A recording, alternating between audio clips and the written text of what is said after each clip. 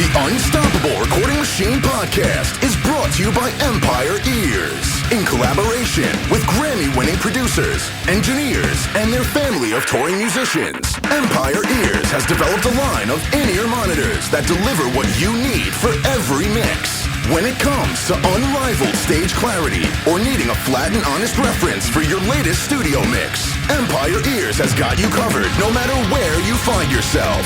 And now your host, EYAL Levy. Welcome to the URM podcast. I am EYAL Levy, and I just want to tell you that this show is brought to you by URM Academy, the world's best education for rock and metal producers.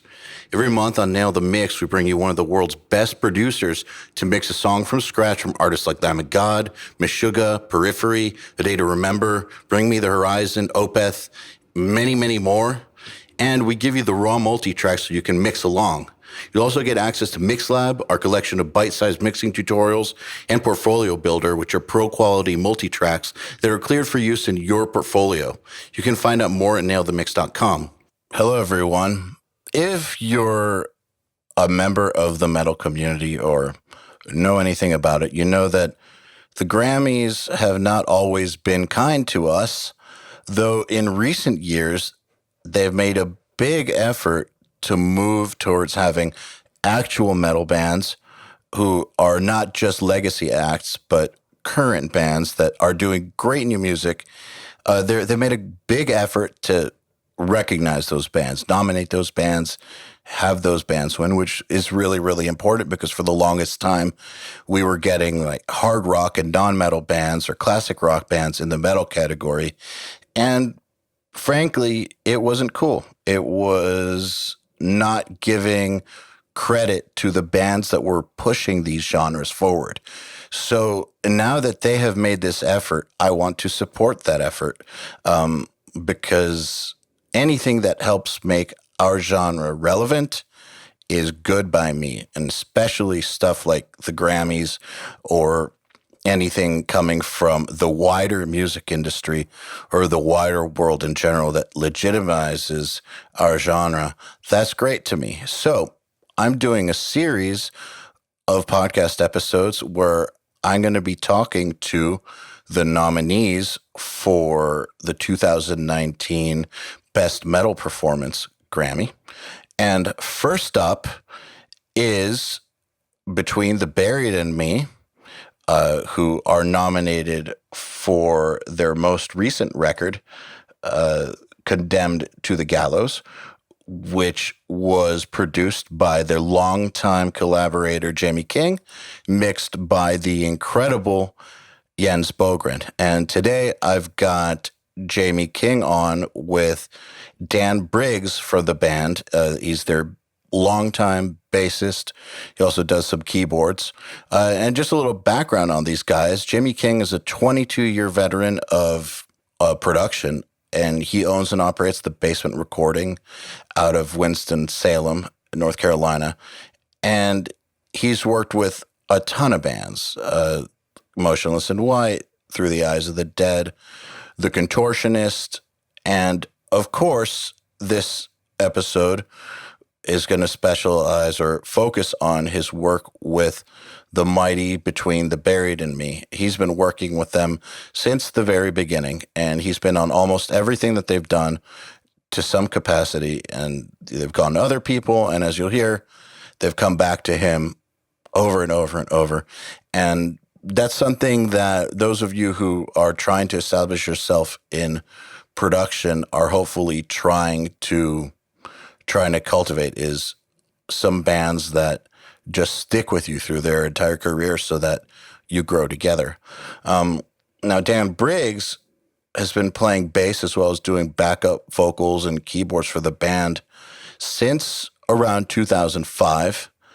And he has several side projects that are great as well, but he comes from a legitimate schooled musical background and is just a powerhouse of a musician. And if you want to check out some of his other projects, they're called Nova Collective, Orbs, and Trioscapes.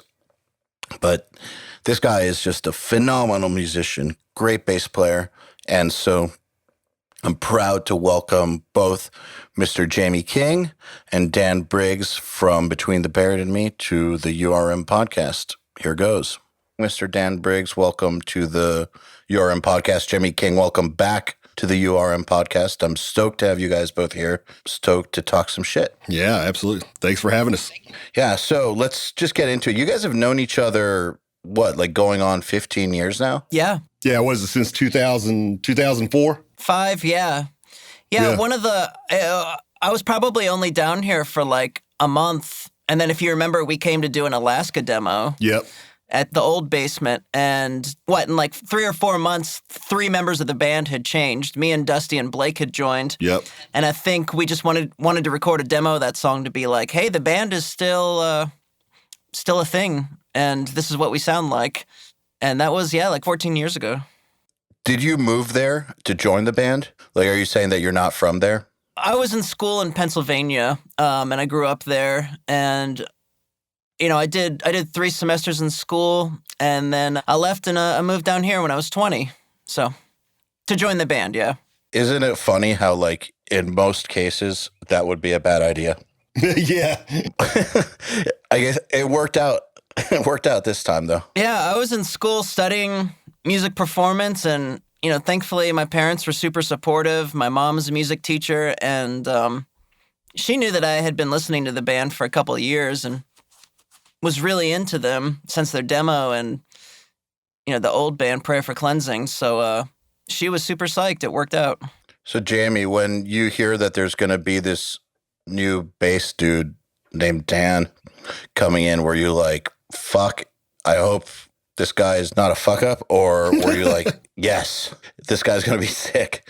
Where was your head at? I didn't give a shit. Actually, I didn't even know. None of the above. I think they just showed up. I mean, because I had done, I'd recorded BTAM, the first lineup or whatever with Jason King, and then they had gone through, like Dan mentioned, they had gone through a couple bass players since then. I know, what was it? They did a Counting Crows cover with the other guy? Oh, yeah. They did that with you, though, right? Yeah. So I recorded a Counting Crows cover before Dan was in the band. It was with another guy named Kevin, I believe. Aside from Tommy and Paul, there was kind of a revolving door of drummers and bass players and extra guitar players up until, what is now the classic lineup of Alaska. Dan joined. So, but yeah, Dan came in. He was obviously a master at what he was doing. Pretty much everything was pretty one take on that demo, even the record. Yeah, I remember being super especially I think when we did the demo, I just really wanted to because it was the first time I was playing even for the guys isolated, and I just wanted to really nail that song. And of course we weren't even to a click track at that point, so ouch. Thankfully Blake's pretty much a metronome, so thankfully that made it feel solid. Jamie, were you thinking that you were going to get to work with someone that you'd end up working with for a decade and a half? Or were you like, this is just going to be another part of the revolving door? But the reason I'm asking, is because as a producer, there's been lots of times where, I have a band I've worked with and they go through lineup changes and they'll be like, this new dude's sick. And they'll come to record, and the new dude's not even close to as good as the last dude was. That doesn't always happen. Sometimes the new guy is unbelievable. I hate to admit this because I feel like a dick, but if I'm being honest, whenever I hear about new people coming in, unless I know who they are, I'm a little skeptical. Oh, yeah. But that's just because I'm a dick. You're not a dick. Oh, I am. Trust me. Large in part today. I mean, I've always considered myself kind of that stepping stone producer guy. At that time, I was still working in my parents' dirty basement. It was just all budget gear. I want to say maybe were we still tracking with ADATs at that point? Maybe not. I don't think so, no. Okay. But yeah, it was still quite project. I didn't have, absolute top gear and things like that. And so, with BTAM in general, I just thought, hey, I'm here to do these guys' demos. And, I felt lucky I was getting to do an actual label released, Alaska record, the recording. I never thought, in terms of, hey, we'll be still working together 20 years later. Most bands, they record with me and, work their way through the ranks and then end up recording with somebody real. And that's what I assume would happen with BTAM. But those guys are either retarded or or they're very generous. But it's funny, though, that you're very humble. You don't consider yourself somebody real, but you've made some very real records. It's got lucky, man. All right. But, we all get lucky. I think we're all lucky in who we've met. You know what I mean? Like, I'm lucky that the people I've met introduced me to certain people who then introduced me to other people, and one thing led to another. But that's as far as I'm concerned, that's as far as luck goes. Yeah. Then again, also, so it's like you're lucky that you met the right people who were in the right band, who was at the right time in history, that did, in the right genre, all that stuff. That stuff's all, out of your control. But whether or not you do a good job on the records is not out of your control. That's totally in your control. Yeah. So. Well, I think, with the BTAM camp, I think it's always been important. I know to Paul and Tommy from the very beginning, are just people who are cool and who have a good work ethic, common interest and goals and things like that or whatever. And I think that, that's what those guys saw in me or whatever, that I was obviously a fan. I remember when I first recorded them back in 2000, this height of, rap rock and new metal. And, and I was wondering, I'm like, I loved it because I grew up on progressive, thrash metal and stuff like that.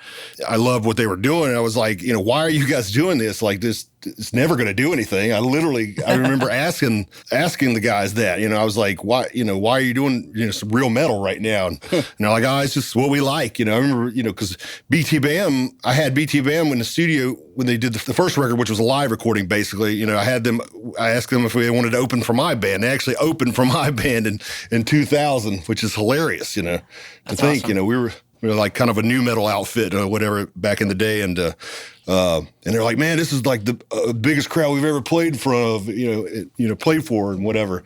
And it's funny how things kind of come around. But I think they knew I was a fan. And, like I said, I think that work ethics was, we did common things. And we all have a kind of a common, terrible, sarcastic sense of humor also, which makes it a lot of fun. We do. There's a lot of elements that go into it. I think it's probably customary. We know from some of the outside working experiences we've had with producers where when you show up, we worked with a guy who, wanted us to actually chart out some of our compositions to Paul and I, and he wanted time signatures. He wanted a rundown of the whole song.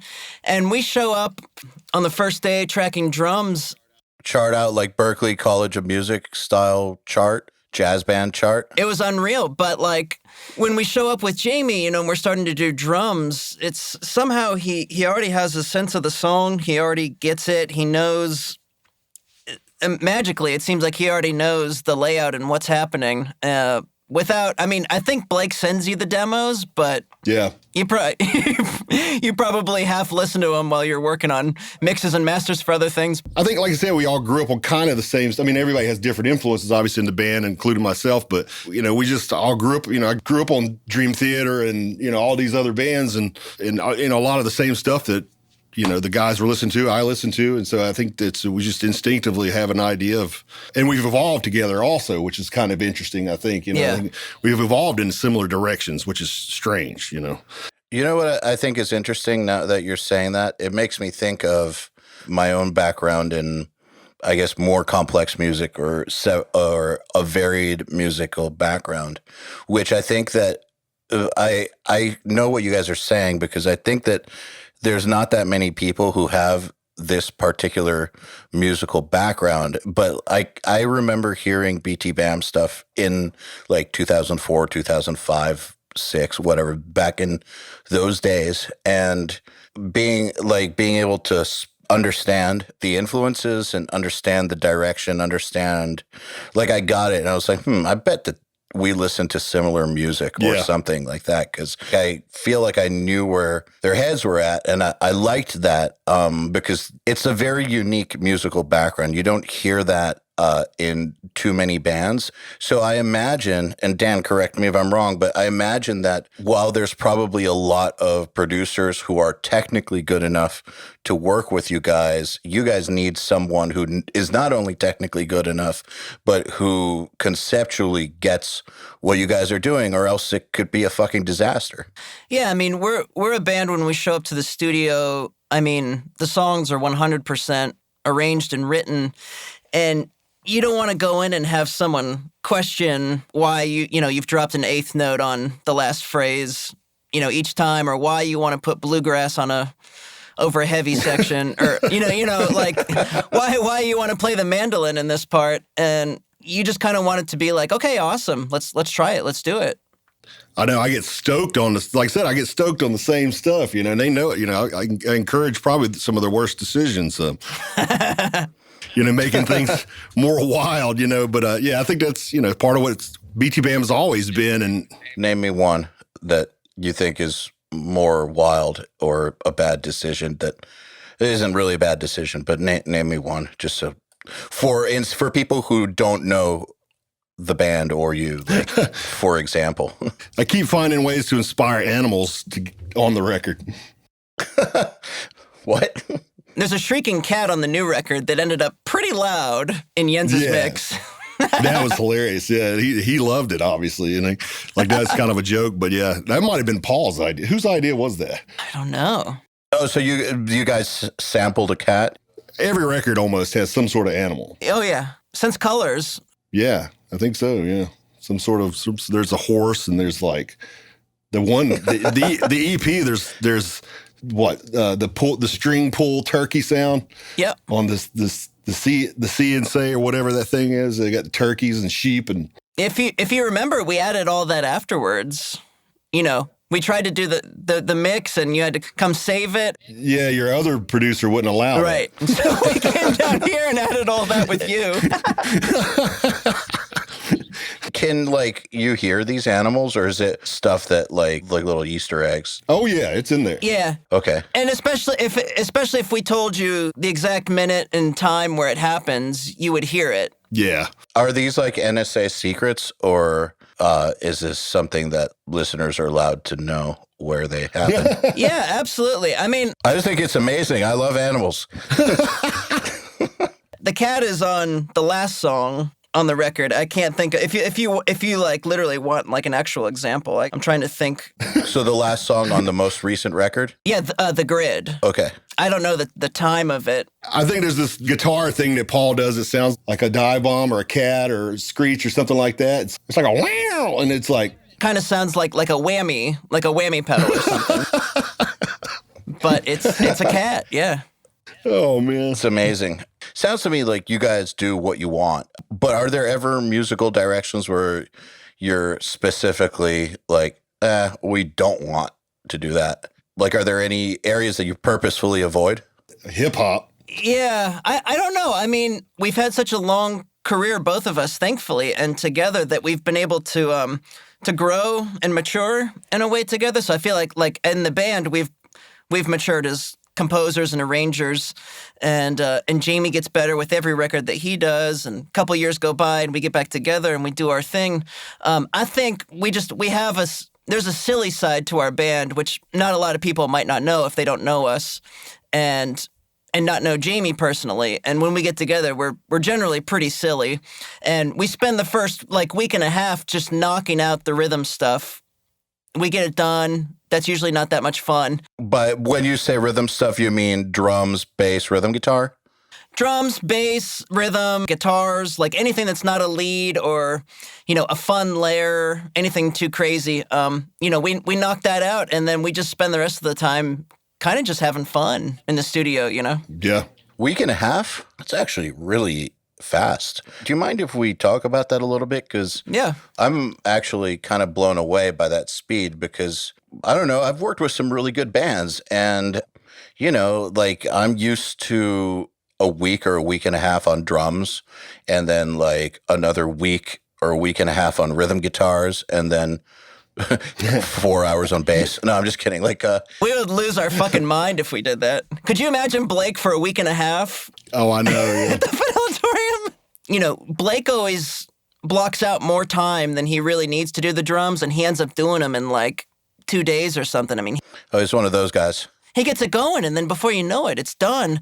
What we've done since Colors, and it works so well, is instead of having a marathon guitar day followed by a marathon bass day, like, we don't really like that. We go one song at a time, and we do the rhythm guitars okay. for both sides, and then I come in and I do the bass. So really, you're only prepping, 2-3 songs at most for a day, and the other guys can freshen up on the next song while I'm tracking bass. A couple hours go by, then we switch off, and then I'm working on the next song while they're tracking. So we pretty much come in and just slam it once we get the tones. That's a really efficient way of doing things and a really smart way of doing things. I've made records a few times like that. I've always loved that. And also, not only is it efficient and keeps people inspired, but it's also like insurance against injuries, for instance. Like, that can really hold a record up. Like, one of the things that I started doing towards the later part of my production career was recording vocals from the beginning. Not from the very beginning, but from the earliest point possible. Yeah. Where you could get, and because like on metal records, typically vocals are kind of an afterthought. Like, they'll be done in the last 3 days, and the vocalist will have to cram stuff. And that always weirded me out because, arguably vocals are the most important thing on most records, and they're kind of, like I said, like an afterthought. And what's interesting to me is that I know that in some genres, at least, vocals are not taken that seriously. But, dude, even any of the bands that have gotten really, really big took their vocals seriously. Even Lamb of God, that's like all screaming pretty much, or was all screaming for the first 20 years, those vocals are meticulously produced. So I always thought that it makes more sense to give everybody, especially the vocalist, a lot more time so that you can get them at top inspiration, top restedness, top focus, like top arm strength, like top everything. Yeah. And just give them a break. Don't wear them out. Metal drums also, I mean, it's a lot of extreme stuff, it can really tire people out, with the blast beats and things of that nature or whatever. So, but yeah, doing it in sections and breaking things up and splitting up days and stuff, it keeps you from getting burnt out and, keeps, like you mentioned, inspired and fresh and, all that stuff. I mean, it definitely makes sense, and, not a lot of the smaller bands I work with, the people have to work and go to school and things of that nature or whatever. So it's not always, we don't always get to do that ideal thing. But with the BTAM, they've always been able to schedule, more than enough time, and we can take it and do it in comfortable chunks or whatever. And then, like I said, we were talking about before, a lot of it has the speed in which they record has a lot to do with their proper preparation in my mind. It's like, it's ideal that they've written and recorded the whole record once before they come to the studio, at least all the basics, and that way we could come in and there's no, hey, let me learn this riff or let me, write this lyric or whatever. Yeah. It's like, let's just get the good tones, the good takes or whatever, so we can focus on that and makes it way quicker. And then we have plenty of time at the end to do the fun texturing stuff, Yeah. Dan, you already said that you guys are pretty prepared. I imagine I would kind of expect nothing less out of you guys. I think that there's no room for fucking around in this genre anyways. But like, as far as prepping for the studio goes, can you walk us through what that means for you guys as a band or individual players? Right, totally. So with the last couple releases, with Automata and Coma Ecliptic, we had, generally when we have a really good and productive writing session, we wrap about a month before we have to actually go into the studio. And we've had that with both those records. And that month is so nice because for me, as bassist, I usually don't come to my bass parts and really solidify them until that month because I'm more in composer arranger mode before that. So I'm at rehearsal or at my desk with guitar, with keyboard, while we're doing the writing. And then I kind of add my bass in after Blake has solidified his drums, because there used to be a lot of occurrences on like maybe Colors, The Great Misdirect, where I would meticulously write a bass part based off, our guitar profile or whatever. And then Blake will come in with his accents and they're just the total opposite, which is awesome and leads to really cool rhythmic stuff. But instead of trying to fight those rhythms, I just would acquiesce and be like, okay, well, I'll rewrite my bass part. And so now I just kind of wait. Smart. Yeah, if there's ideas that I have, I kind of illustrate it in the Reason file that I do. So we do all of our demoing and stuff in Reason.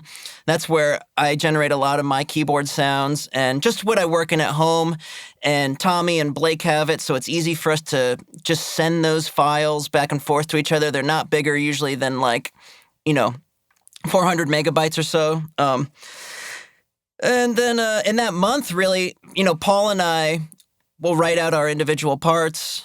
It's like that's the time to do it. I'll go one song at a time, make sure I've got, written in Reason exactly what I want to do, and it sounds good. And then I go through and I notate it, I have it, and then I have that as a reference when we're here in the studio. If I am getting tripped up on something, I'll look and be like, oh, yeah, that note, that's right, Hold on, a question about Guitar Pro or about notation. So you have an actual educated background in music, and obviously you guys know how to play. So I'm actually curious about this. I never get to talk to people such as yourselves about this exact topic, but I thought for a long time that Guitar Pro and that sort of thing kind of had a bit of a detrimental effect on the playing side of bands. Not because I was trying to be like an old school guy that was like, in my day, bands used to play in the same room. None of that. It's more just that like they would write stuff and then not even check if it was playable on the instrument. Like they wouldn't even check if it was possible to have like a good feel with it. And then they'd come to the studio and they'd have these parts that were just ludicrous. They just don't make any sense in the real world. I have experienced that. Okay, you know what I'm talking about. So Yes. But Dan, with you guys, like obviously you know how to play your instrument. Obviously, you guys all know how to play your instruments. You were doing this before that technology came around. So you guys predate Guitar Pro as we know it now.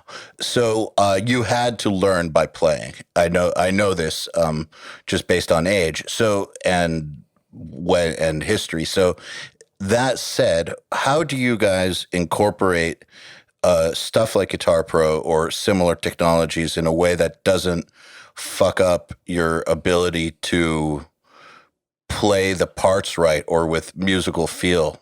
Yeah, it's literally just for documentation, just so, because, you write an hour-long record. We've got like 10 of them now. I'm constantly writing. I was working on new music before I came here for a new band that I'm doing. I've got a lot of bands on the side. I can't remember shit. So literally, I have, I started making songbooks during Alaska. And now a lot of bands make them, but I would make them back then just so I could remember the shit because it's too much. And if I have to go reference a song that we didn't play on our last tour, I won't remember it. That's kind of been a fear of mine because I've thought about teaching lessons now that's a legit fear. Now that Skype is a thing, and I don't want a kid to be like, oh, hey, like, I want to learn this riff or this section. And I'm like, well, hang on, let me learn it first, because it's not in my brain. I'm constantly working on new music. Well, I mean, what if you haven't played it in 10 years, Exactly. So, no, yeah, for us, it's literally just the documentation so we have it so we can play it. Like, we do a lot of writing apart, but it generally happens in a program like Reason. You're either doing something that's MIDI-based or you're, I'm recording, I'm playing guitar or something into it. And Paul, will do some playing at home and send a guitar profile. And really, it's like if you want the other guys to learn this song or these parts that you've written, then you share a guitar profile so they can just physically see what the part is and learn it. So you guys do it the right way. I was going to say, if I remember correctly, I remember Dan coming in and reading stuff off staff paper that he had written. In the early days, Alaska, that was pre-Guitar Pro maybe, and you were doing that? Oh, totally. When we did that song Laser Speed, which was just like a lounge jazz, the way that Alaska ends, I still do a lot of shorthand writing. Like if I'm learning a riff of Dusty's like on the spot, I'm like, okay, just let me get these, 16 notes. Let me jot down the rhythm real quick. For me, music notation has always just been, it's just a language. So as much as, you could like type down a note in your phone or something, it's just like that. It's just jotting it down real quick so I have it. It's sort of that thing. I want to clarify something that you said earlier. So you were talking about how you guys did a song with a producer once, and he wanted you to present him with the arrangement or whatnot. Yeah. Because it sounds to me like from what you're telling me is that you already have the arrangements written out for all the songs anyways. Pretty much, but this would be like... More parts. Yeah. He wanted to see each bar. So if there's like a 32-bar break where I'm not playing, where there's alternating time signatures, it was literally he wanted to be able to say, okay, Blake, punch in at measure 52. Oh, okay. So he wanted it as if he was grading you for an arrangement class or something. Exactly. Of course, Blake would be like, well, I don't know what measure 52 is, and then we'd have to be like, oh, it's the beginning of this part. Like we had to sit in the room with it. Yeah, to me, all that just, there's a level, I think some people just want to be nerds about it, and it just makes it difficult for no real reason, I think there's a lot of that has gone on in the production realm for a long time. For a lot of people, like, hey, let's come in and figure out all the click tracks to every single last thing. It's like, how about you play and then we'll figure the click tracks out to what feels best. I don't. Yeah. The thing with the arrangements is that it only works out, I guess, Dan, the way you're describing, if every single person on the project is on the same page about that. Like if you get a jazz band going into the studio, then, that's the language they speak. Or an orchestral project, they get their scores, like that's how they communicate. But if you have a metal band where like 3 of the guys went to music school or 2 of the guys and they read arrangements just fine, but then 2 of the guys are like street musicians who are great, but like, they don't speak in that language necessarily, which is most actually in heavier music, which is perfectly fine. Like we'll slow things down. Yeah, our band is kind of a mix because me and Blake and Paul can talk in terms of theory or written notation or whatever. Dusty's come around to understanding those topics a little bit, but he is really just an ear guy, and he's a phenomenal musician. And I wish I could get into his brain and hear how he understands our music because I'm so curious. And then, Tommy's kind of the same. I think just from working with us over time, he's picked up more theoretical stuff, but he was just kind of like a pick it up and play it and do it guy. And that's awesome. But it's nice. Like on this record, we had some horn players come in. And so like, because of my background or whatever, like thankfully, like I could write up the charts for them to be able to play for like trombone and trumpet and be able to do it. And it's kind of a mix of those worlds. That's kind of how we operate. Jamie, question for you, because you just talked about how some people way overthink this shit. I've experienced both. So like, I know exactly the situation that Dan's describing where this is like super effective way to go. But I've also been in situations where the bands put this kind of stuff ahead of the music itself, and their ability to play it, and they get way hung up on like having everything laid out properly, instead of making the songs great. Like, where do you draw the line? Like, because obviously, if you see BTAM doing it, you probably don't think, God, these idiots. But like, where's the line for you?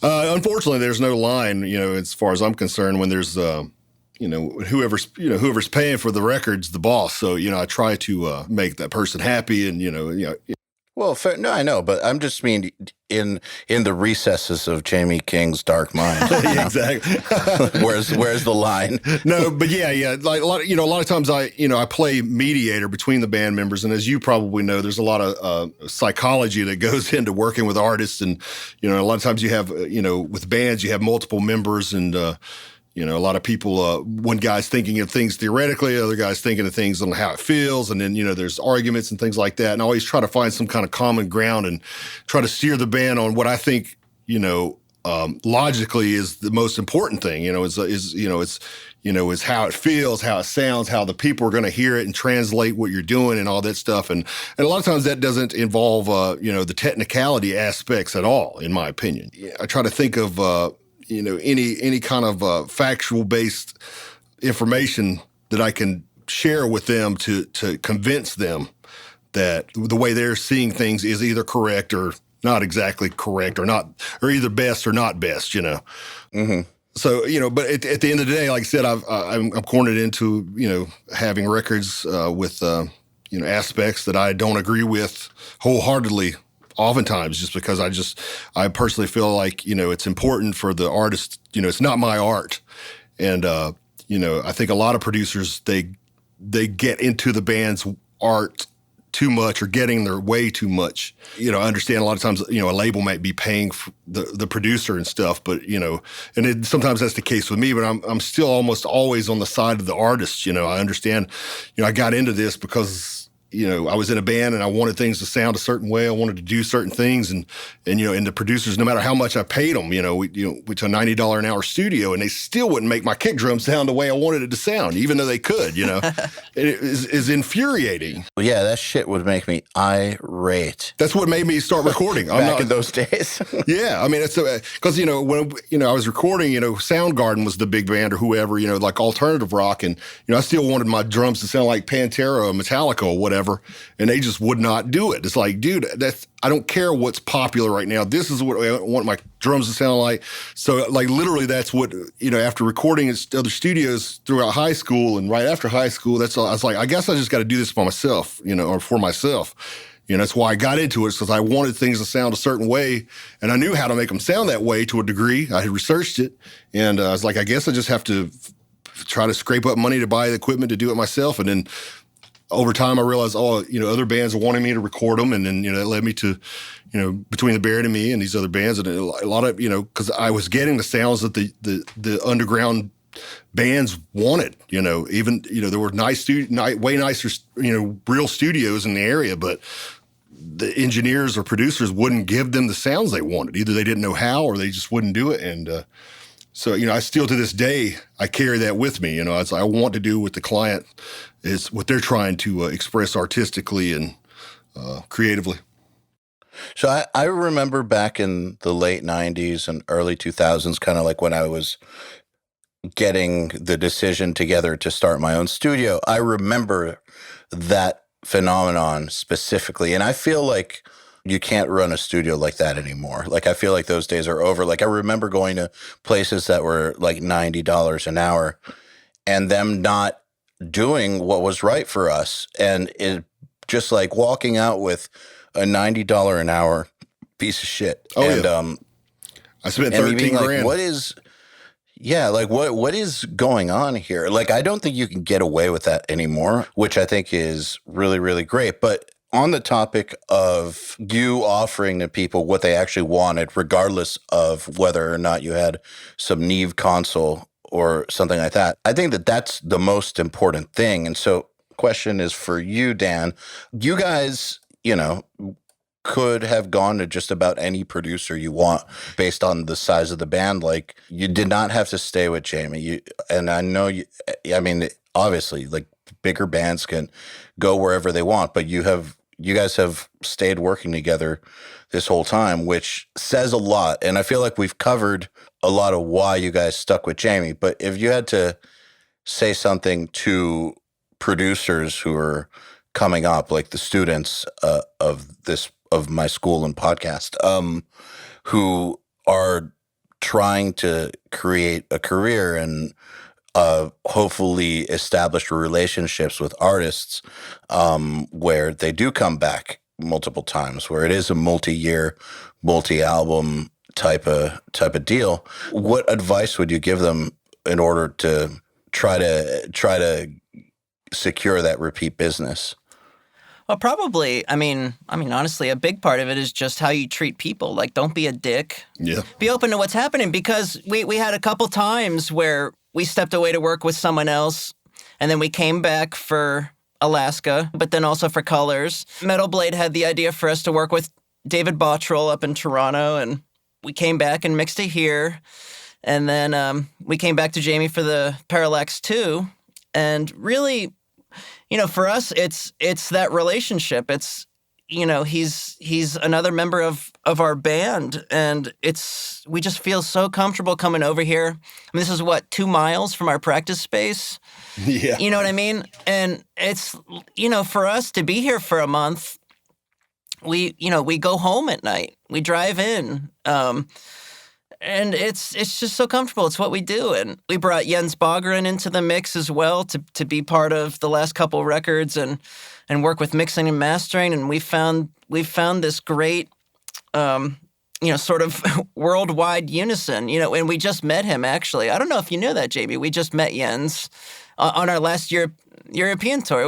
It was wild. And oh, that's awesome, yeah. We were explaining to him, what our relationship is like with you and how long it's been and all that we've gone through. And he's got bands like that in Europe that he's worked with, like Pain of Salvation and, some of the bigger metal bands that he's worked with over and over and over. And it's like, yeah, he's just down the road, but also, I mean, he gets our music. Like, we've done all this great work together, and, we're going to continue to doing great work together. Yeah, I was going to say, like, I understand the proximity and the convenience is there, but I mean, if Jamie was a dick or sucked, like, I don't think you'd go back. They're very charitable guys. Regardless of how close. Both other situations that we had with other people, had just these major negatives to them. So, yeah, that's a big part of it, as well as just being good at your job, obviously. I mean, that's the obvious, so... Yeah, being good. I mean, that's definitely important. You have to, do the work that needs to be done. But yeah, I think having that family vibe and just being a cool, pleasant person to hang around. I mean, all that stuff's important. And a lot of producers, all the studios coming up. Yeah, you got to know that. You got to just treat people how you want to be treated. As far as how you bill them, how you charge them, how you your work ethic. You know what I'm saying? If they want to see you care about the project as much as they do. It's like, and that, all that stuff's important, I think. And, I think that's what's kept a lot of, my return clients, including BTAM, it's just, they know I'm going to work hard. It might not be the best stuff out there, but I'm going to try, and I try to, take it up a notch every time, and I think they know that. And I know they're trying to do that, the same thing, so it's kind of there's a common goal or whatever, and, common trajectory between between our crafts or whatever. So it sounds to me like the aspect of being good at what you do is just assumed.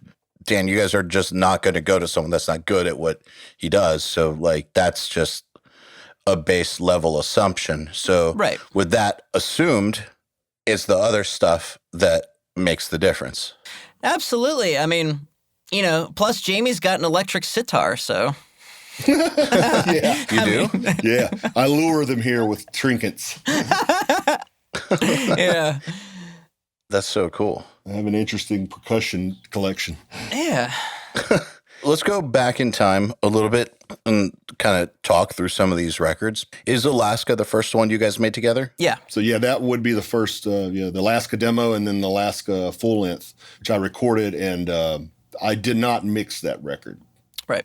So Alaska is kind of when, at least, I mean, I had heard of the band before that.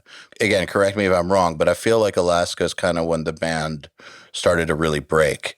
Oh, yeah. When that album came out was right probably about when people stopped buying records in the way that they did. And so that's our highest selling album. I think people might think that it was Colors, but that was already into that era where that was kind of on the decline for everyone across the board. So yeah, I think Alaska, we were, because there were the new personalities coming in, they were bringing new personalities musically and with them as well. I mean, I was just out of college. I was hopped up on fucking Oingo Boingo and Queen, Gentle Giant, like all this prog stuff that I was really like, guys, this is what I'm about. And some of it they knew and were into. Other stuff, they've gotten into over time. But there was a lot of new stuff happening on Alaska, and so I think that's when it started opening up some new doors. Dan, Blake, and Dusty really, when they joined the band, that it actually, the band sound changed. Dan's obviously a huge contributor musically, and Dusty has riffs, and Blake's drumming, obviously, or whatever. It just kind of came together. I think it, even though I'm a huge fan of the old stuff also, but in terms of a style of music or whatever that appeals to even more people, I think when the guys all came together, there was this like some sort of magic, combination that happened on Alaska that's been carried forth and developed more so over the years. When you were sitting there working on it, like, could you feel that it was going to kind of turn into a big thing? No way. And I mean, and it's like that every time. I mean, people have been asking recently, we just got nominated for our first Grammy or whatever, which is really cool. But, they asked like what we've done different or like what was our approach going into it. And we're just writing every time. We're trying to just satisfy ourselves. And I think that's why, Jamie said from day one when the guys came in and he asked them, why are you playing this style of music? It's just what they wanted to play. And we've progressed as a band and we've moved and moved and moved. And a lot of that is just because it's our personal tastes have changed over time. Yep. We've just grown in what we're about and what we're trying to accomplish musically. There was a period for sure where we were trying to fit as many notes in as possible. And now we're trying to just write tunes and whatever makes us happy. At that time too, we wrote that record Alaska in Blake's old bedroom at his parents' house, like just all the amps on, it was so loud and like you were having to explain like a complicated section to everyone. And it was tough. And there's definitely moments of that were definitely like frustrating because there's all these new personalities coming together. All of a sudden you had 2 new musical voices coming in, contributing big chunks of music, which was exciting and cool, I know, for Tommy and Paul. But as far as getting like, what are we doing, And then when we did Colors, it all smoothed out. We'd been on the road for 2.5 years, and all of a sudden we came in and it just happened. And for me, that's really when the musical awakening happened, was with Colors. But we definitely set the groundwork for it with Alaska. So, Jamie, as far as you're concerned, as a producer, how do you navigate a situation like on Alaska where you have the direction of a band that has already been set and which is good? They were just fine without the new guys. But the new guys come in and it's even better. But, it's not, nothing just integrates seamlessly right away. Like Dan just said, there's a challenge to it. Like, how do you navigate that as a producer, and in this case specifically? Well, in this case, like I said, luckily, even Dan talks about there was, some difficulties or whatever with Alaska, maybe, creating the record. But like when they came in the studio, everything was worked out, Yeah. As far as I'm concerned, there were more issues on my side with that record than with the band. We actually tracked the drums.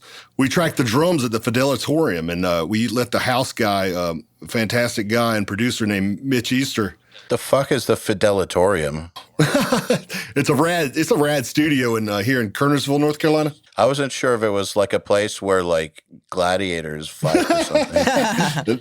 They could in high fidelity. They could, okay. Yes. No, but yeah, it's an amazing room or whatever. But we tracked the drums there because, we want to take the record up a notch. It was the first record I had done for them, for Victory Records specifically. And so we wanted to track the drums there. So we booked it 3 days, tracked all the drums. But, I didn't know a lot about his studio or the gear. He has a lot of vintage gear and all vintage mics. At the time, he had no industry standard mics. He didn't even have an SM57, which was, so. I love those places. Yeah. So I go in there and I'm like, I don't know what any of these mics do. So I just let him choose the mics for the drums. And so we proceed to record the whole record. I get the files to my place and realize that the hi-hat is louder in the snare mic than the snare is because he used a tube condenser on the snare, which is a huge no-no for metal. Now, looking back, I was like, I just didn't pay attention. I just trusted him, and I've been in those scenarios before. I bet it was sickening. I was like, I got to tell Blake we got to retrack the drums. So we had to retrack all the drums at my place for that record or whatever because of that. And it was a failure on my part in a way. Even though I'm not going to take all the blame really, but. But okay, so this is interesting to me though, because like we've all made those types of mistakes as producers, where like something gets fucked, you kind of got to redo everything, or you didn't record the rooms on 5 songs, Yeah, you got to redo them. Like something like that happens, and I've only heard of one person getting fired in a situation like that. But when it's happening, it's fucking traumatic. Like it's so scary, like it's the worst. But how did you handle it in order to, keep it cool? I don't know. I was like, I got to tell him, and luckily, like I said, we were all long-time friends. I recorded Blake since he's 15 years old, when he in his previous projects, Glass Casket and before. You have to remember at that time, me and Blake and Dusty were all 20 years old. So, yeah. I mean, we were all excited. Blake was bummed, but if I remember, Blake might have tracked those drums in a day when he had to redo them. He might have just done them. So it wasn't the end of the world. Okay. Yeah, it worked out for the best because the performance was even better. Because he was in the big studio and he was kind of... He was probably pissed, yeah. Yeah, freaked out or whatever. Yeah, he's probably came in and gave him some extra juice for those double bass blasts and stuff. Yeah. But but it was one of those things. It's like, we were debating. It was like, it's either we go with straight triggers or whatever on the drums or, with the BTAM, it's always been, the high integrity. Let's keep this stuff as real and natural as possible, so... and Blake's an amazing drummer, so we can do that. And, so it's either like, either we got to re-record it or we're going to have to use samples for the snare. And that was the debate and the discussion. And, of course he chose to, let's just retrack it. And he did it quickly. And luckily it was just a minor speed bump and we got over that. And, definitely a learning experience there. And then we learned even more when we got up to Boston and mixed the record. That was an interesting experience as well. It was. How so? Sounds like it's going to be an interesting story. Well, yeah, like I said, there again, we got another amazing producer, engineer guy who just does it his way, It was so weird because we were mixing in the room. He'd be doing his thing all day. We'd be off in the other room just goofing off. And then he'd be like, okay, come in. And he would play us this song so loud. It would just be blaring at us, and you'd be like, "Yeah, I guess it's good. I don't know." That for us, that was the only time we did that, and that was weird. That's supposed to trick bands into liking it. That's yeah, exactly. Funny. So that didn't work on you guys. Well, he would, he was old school. He was his version of metal in his mind is like Motorhead and stuff like that. And then, like the guys were like, yeah, we want a metal. At that time we're talking about more modern metal. Not fake productions, but cleaner, like maybe Killswitch Engage type production or something. Okay. And that's what we had gone for with drum sounds and guitar tones and things. But of course, I recorded DIs at the time and stuff, and he proceeded just to throw all our guitar sounds out and reamped with all an old JMP Marshall, cool stuff. And it got good sounds or whatever, but it wasn't what we were going for.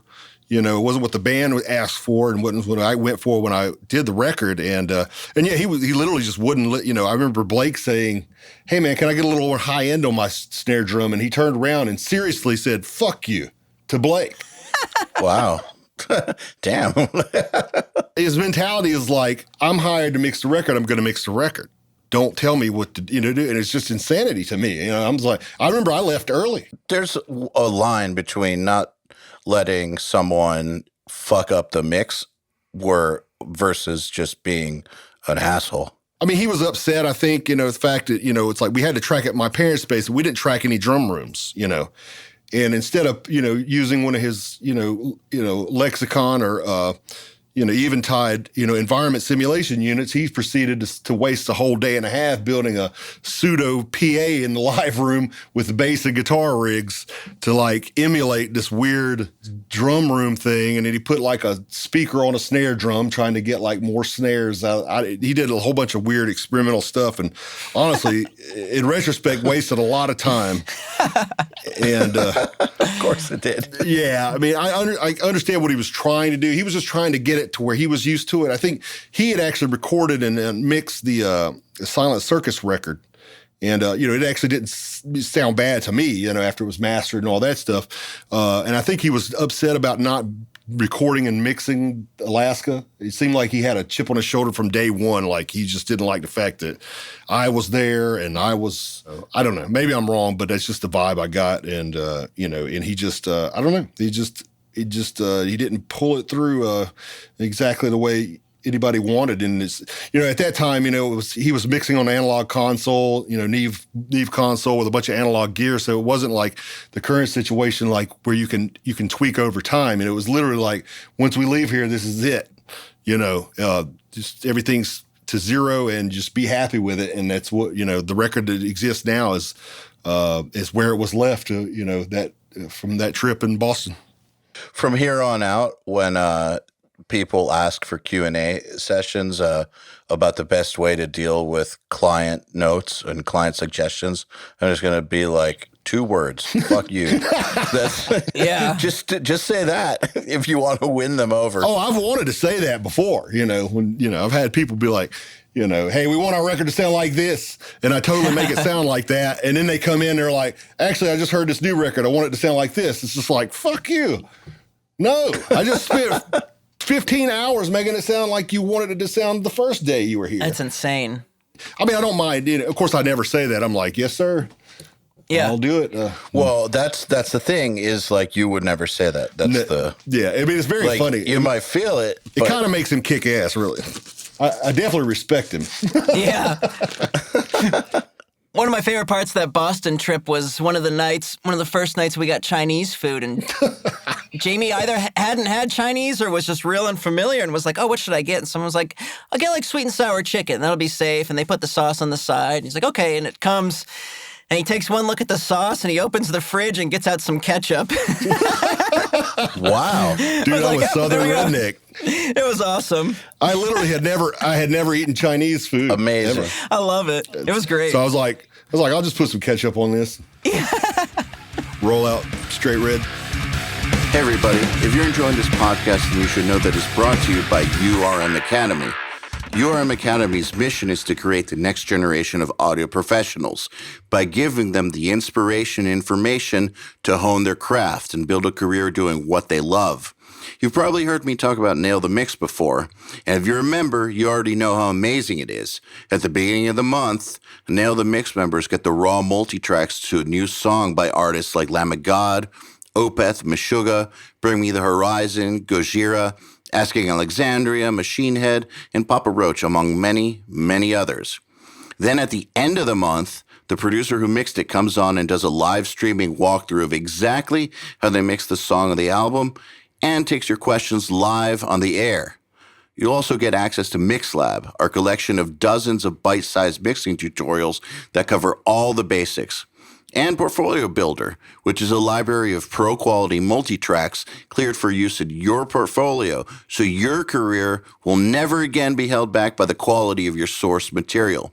And for those who really, really want to step up their game, we have another membership tier called URM Enhanced, which includes everything I already told you about and access to our massive library of fast tracks, which are deep, super detailed courses on intermediate and advanced topics like gain staging, mastering, low-end, and so forth.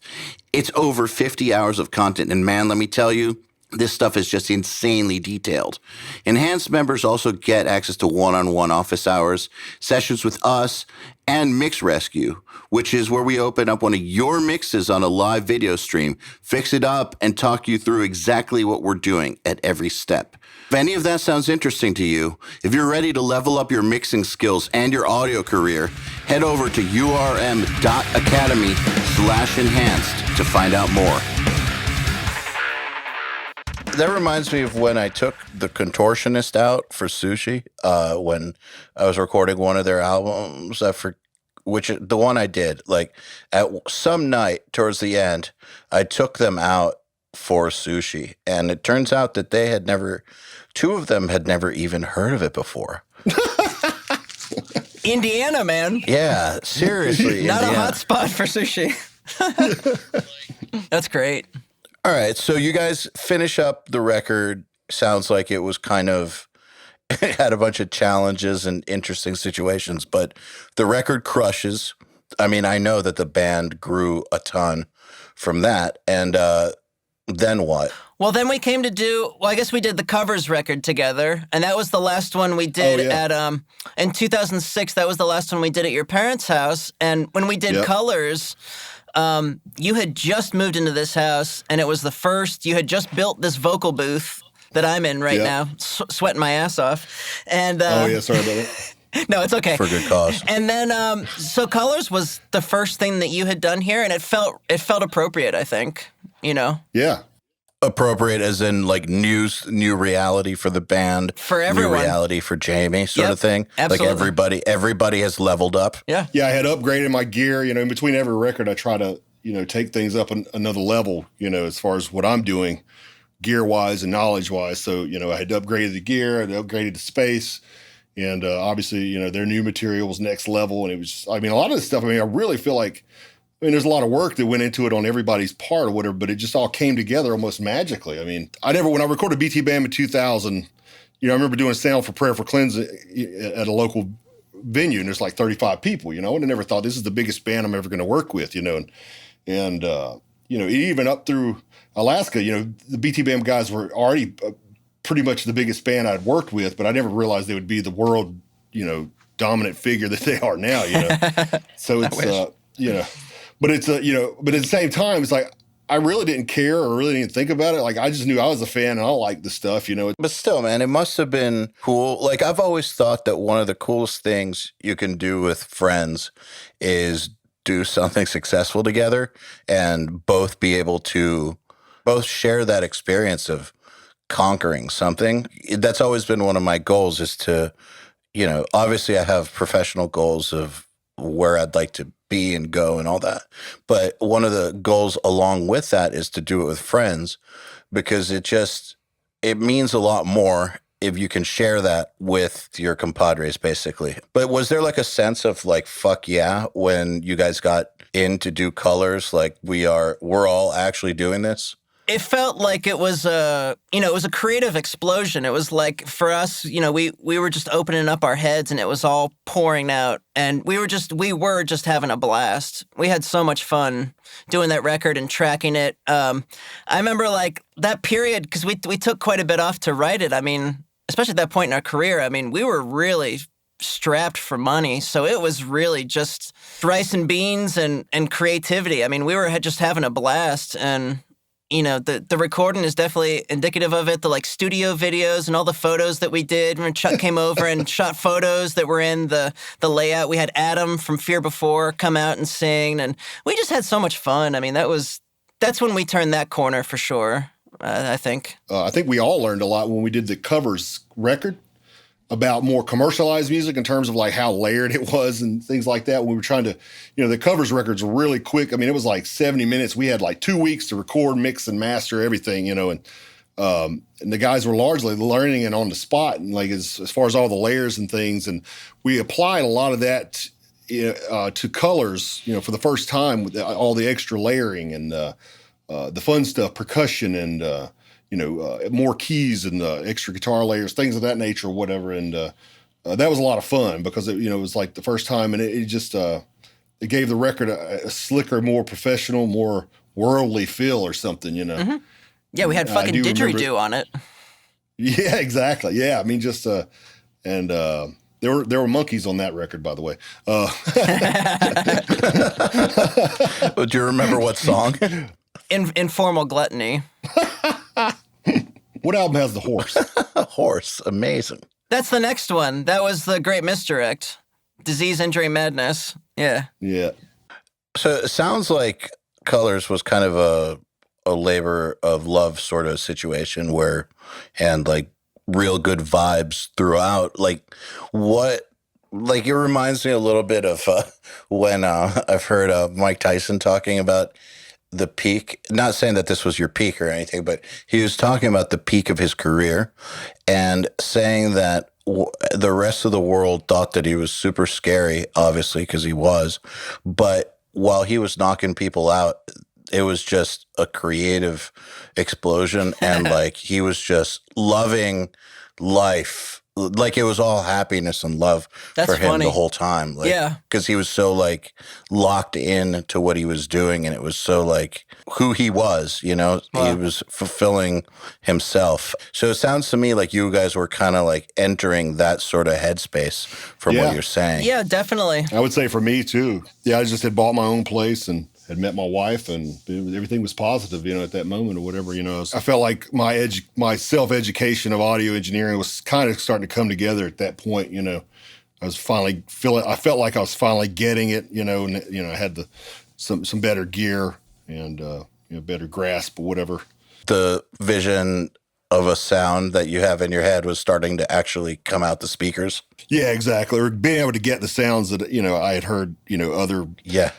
you know, engineers get and stuff like that, and just to get us professional sounding vibe or whatever that I always wanted to have for the band. You know, every time the band has tried to record with other people, I'd always be stoked. You know, I'm like, you know, because I want to see the band, you know, take everything to the next level. You know, and a couple times it kind of didn't work out, and you know, it's kind of upsetting to me. You know, I wanted to, you know, I want to hear it because, like I said, I'm a fan, and you know, and I want to hear this stuff sound kick ass, and you know, and so you know, if these other guys can't do it, it's like here again, I'm back. I have to figure out how to make this, you know, sound kick ass or whatever. You know, it relies on me or whatever. So, you know, and I felt like you know, I got a little closer or whatever. I'm getting a little closer to what I want for the band, you know, and for myself or whatever. You know. And I think that's constantly changing because our music's constantly changing, and we're always throwing new stuff at you, different reference points, and I mean, just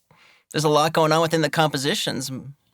Yeah, all our taste in music and even production styles and values have changed, and it's different for, like I said, the problem with me in production is like I enjoy the slick produced stuff. I enjoy the raw. If it's appropriate for the music and for the band or for the project. Why is that a problem? Well, because you know, a lot of producers, I think the more successful producers kind of have a sound. It seems like, you know. I think that's a myth. The reason I think that's a myth is because if you look at Andy, like just think about Andy Sneap, for instance, like because people said that about him a lot, and it was based off of two Kill Switch records that kind of had a similar sort of thing to them, and I kind of get what they were saying, but if you actually A/B like all the stuff from where he was like the man, he still is the man, but I mean like the man that did all the records. Yeah. Like if you A/B like Kill Switch to Testament to Nevermore to like all the bands he did back then, they all sound totally different. And the same with my partner, Joey Sturgis. Yeah. Like he gets accused of that a lot, but then if you actually listen to his records, like they're all bands that I don't listen to very much, but like I actually did this and checked them out back to back to back, and I was like, these sound nothing alike. Yeah, I think in terms of like, you know, sound, but I'm thinking even just in deeper in terms of like, hey, are the drums quantized and sample blended and all this stuff, or is everything completely loose and natural like 70s style? You know, even that diverse, you know, and I enjoy both. You know, most producers do a more slick modern type thing, or most producers do like the old school, you know, and I kind of always straddled the fence, and I think it kind of works for BTAM because they have some moments to benefit from that metal in your face, everything, you know, clear, crisp, whatever, but then they have these other moments where you know, the jazz moments or the big band moments where you need to have the knowledge or at least need to you know, want to find out how to get those old school sounds and things for the specific parts and stuff. And I think it's a unique thing that, you know, it's like they obviously bring a lot of different styles to the table. And obviously, you know, I think for this particular project or whatever, it's helped that I enjoy a lot of different styles and productions and things like that. So Dan, what do you think was the biggest challenge on Colors? Because it sounds to me like you guys both think that it was a very positive experience. But like, was there anything that you remember like being like, I remember you said earlier like that the going to Boston was very interesting, but sounds like there weren't those types of things going on. But for you, like as a musician or even as a band or like in the production, whatever, what was the biggest challenge on Colors? Like there had to be something. As far as recording, I mean, that was the first time we adopted doing the one song at a time thing for all the rhythm stuff. My only memories of Colors are really just positive because the album was kind of birthed out of, this negative period, doing Ozfest, this horrible summer, and like it fueled us like creatively. Like we really, I think, felt like we okay. Like we were going to do our own thing. We were going to really separate ourselves. And it's hard to think of a negative. I mean, it was smooth sailing. I remember the mixes going real smooth. And, Tony at Victory telling us it was going to be our Dark Side of the Moon. And we were like, yeah, that's bullshit. But thanks, Yeah. But so if I'm understanding correctly, then it seems like Alaska making it was like one of those things where you really have to will it into being because like it's not going to just present itself. Like you had to will it the fuck into being, and then you had to do.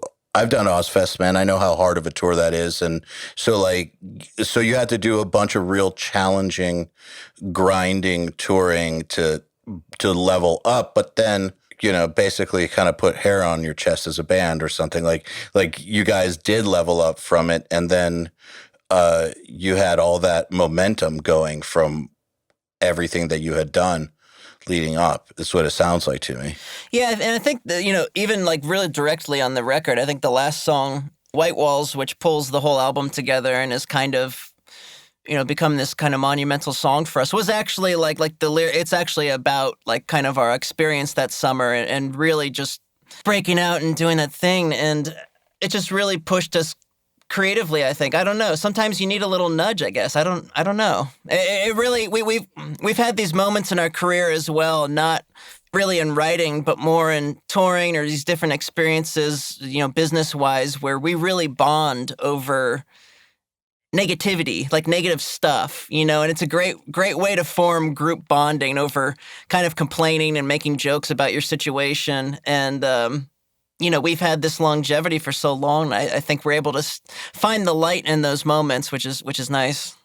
I mean, if you can't find the light in those moments, there's no way you're going to make it through this industry. Oh, yeah, for sure. Yeah, I think like the Alaska record, and he's, like as he mentioned, maybe they're touring and stuff, it feels like, to me, it kind of pushed him around a corner. It kind of made you turn a corner, or made you turn, into a slightly different direction, Totally.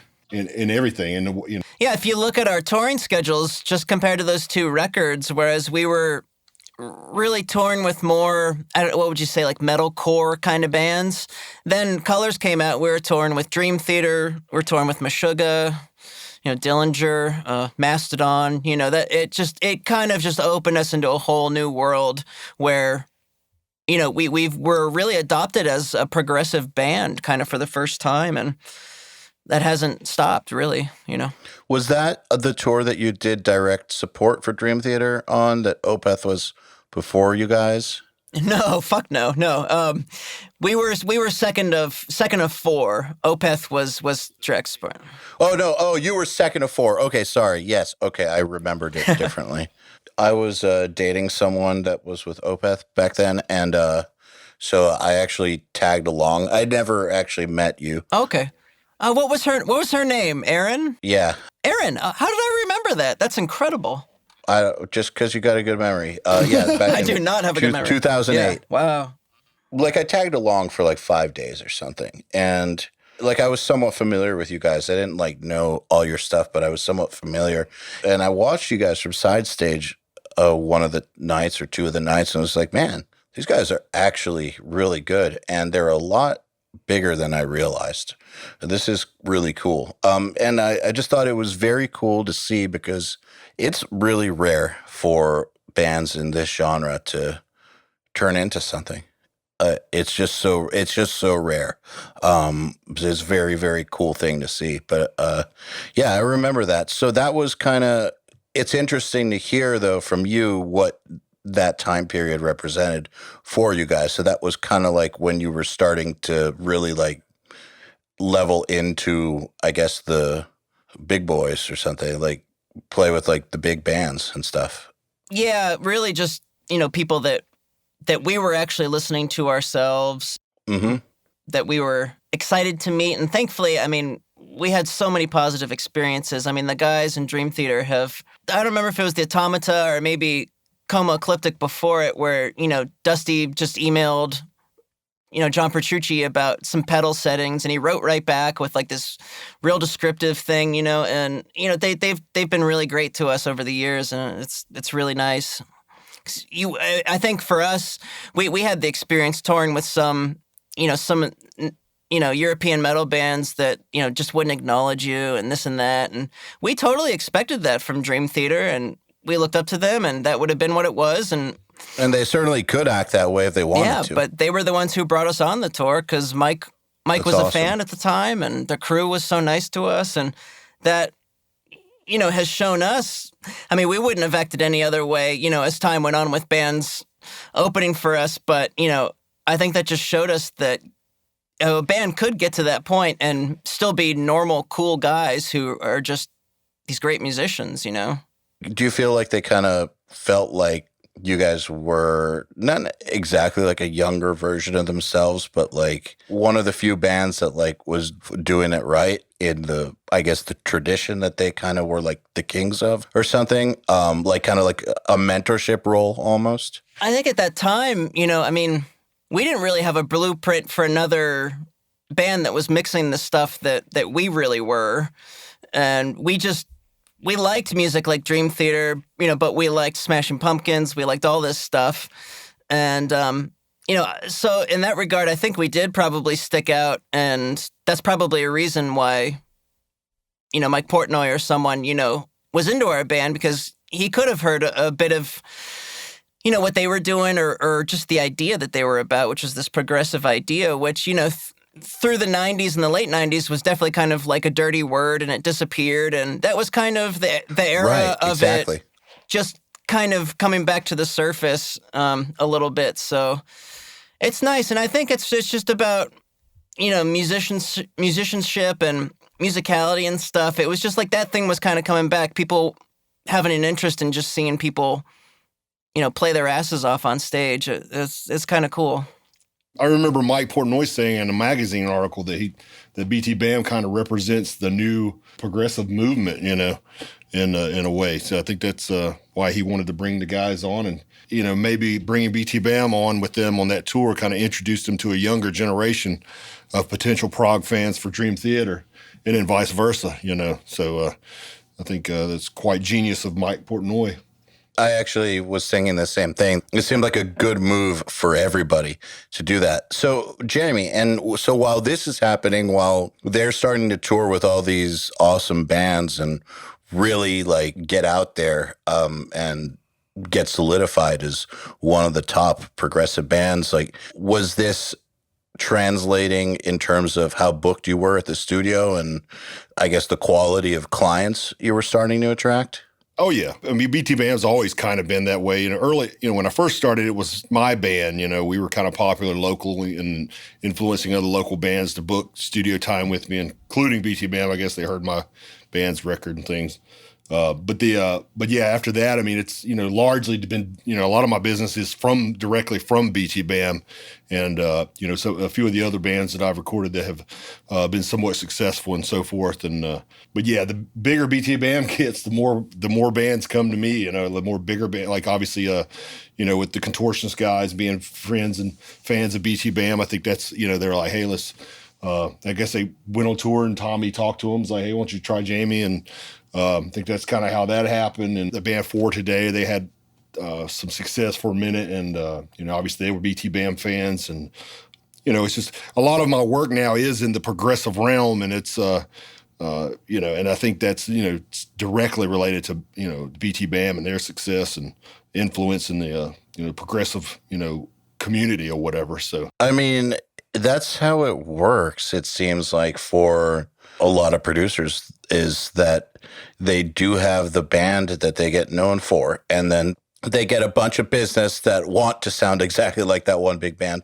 but they also get a bunch of other bands that are just good bands who like that production and just want to go to the same guy who was able to create that. What percentage or ratio do you have of like people who are just like, I want to sound exactly like that BT-BAM record and like just want to be BT-BAM versus bands that are just fans of what happened musically and production-wise and just want the same level of care or whatnot? Yeah, I mean, luckily, I don't think there's, I haven't had a lot of bands that want to sound exactly like BT-BAM. I've had people, like, hey, we want our drums to sound like Blake's or our bass to sound like Dan's or, certain elements or whatever. But usually there's maybe a guy in the band or, an aspect that, they want to sound similar. But, I think, it's a, combination. I get a lot of, strangely, like I said, a lot of bands, and they'll come to me and they'll be inspired by BT-BAM, but they, I usually try to give people a speech when they come in to record. I usually try to tell them I don't really like to try to copy anything. I'm a big fan of let's let the gear, your selection and gear and stuff, let's let it sound the way it sounds. And let's try to find your sound. And even if they do want to sound like a certain band, I try to get an idea of what they dig, to kind of to get it in the ballpark of something that they'll be happy with. But I try to sell everybody on the idea, that originality is best. And I truly believe that. I think, emulation might get you so X far in the business, but ultimately for ultimate success, you have to be an exclusive product, and it's best to just sound the way you sound, Totally agree. Sounds like Colors is just a great time for everybody. What came next? Like, what do you think was the next step, and what was next for you guys in terms of your working relationship?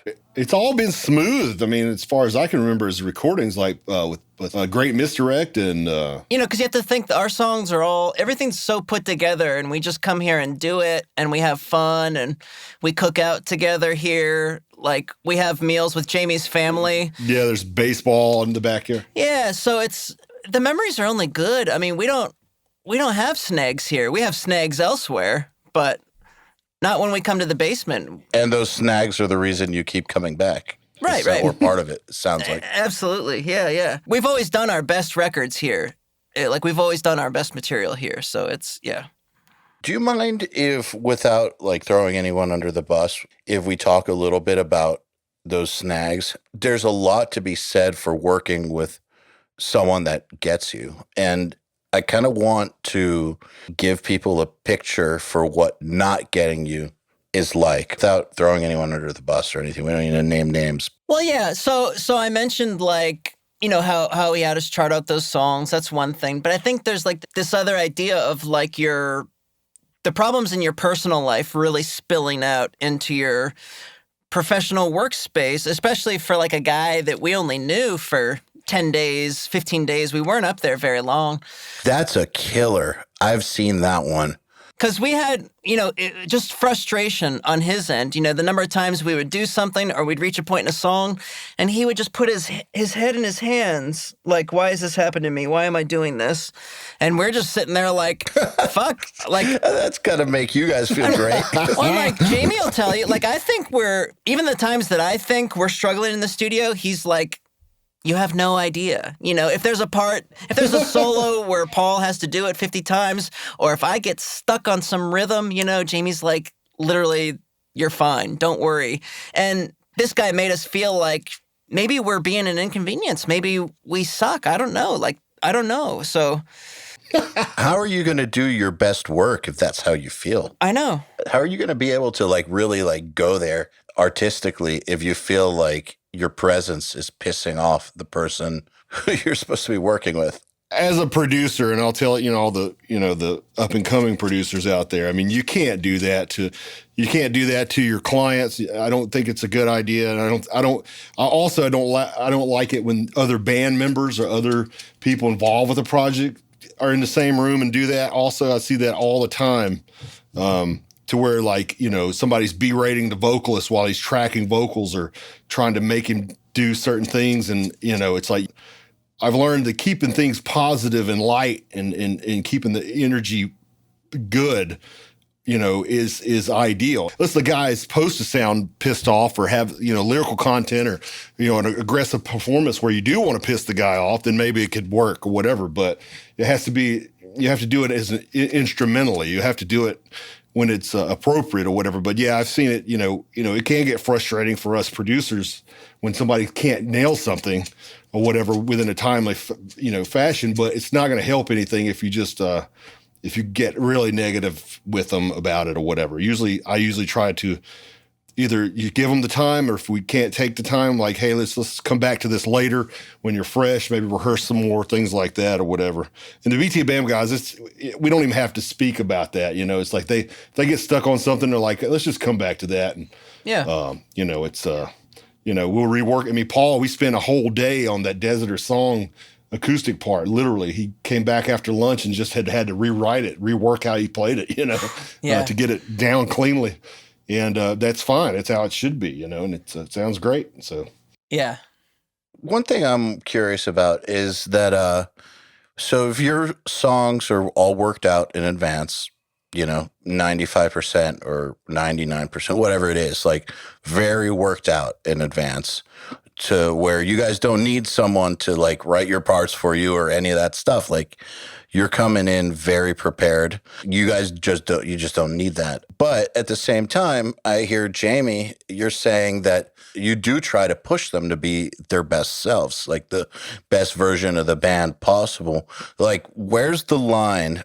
First, I want to hear from both of you. Like, Dan, where do you see the line in what is cool for a producer to come at you with? And then Jamie, where do you see the line between where you're just helping the band be their best selves versus you're trying to take over their shit and they don't need it? Well, I'm trying to think, because like over time, I feel like I've learned when a take isn't good for me. I think we have good intuition. There's not a lot of time where we play something and then we look at Jamie like, was that it? It's... Yeah, we're usually pretty in sync, as far as our working relationship. We know if it needs to be done again, it's just like, I don't even have to say it. Usually I was like, one more time. It's one more time. It's one always, more time. Yeah. That always means do it again until it's right. But, we usually both just know when it's the good take, Yeah, and I feel like that's something that I've picked up over time. Obviously, you guys don't need that much help. Is it just right, I guess, and where is too much? It's probably different for every band, right? Yeah. Well, these guys are open-minded to anything. Usually if I have an idea, I'll throw it on the table. One thing I've learned, specifically with this band, is just wait till everything's done to make judgment. Because, honestly, Dan, there's been times that Dan will play this crazy counter melody bass line. I'm like, that doesn't even make sense to me. But it's because I haven't heard the key line yet. Dan writes compositionally.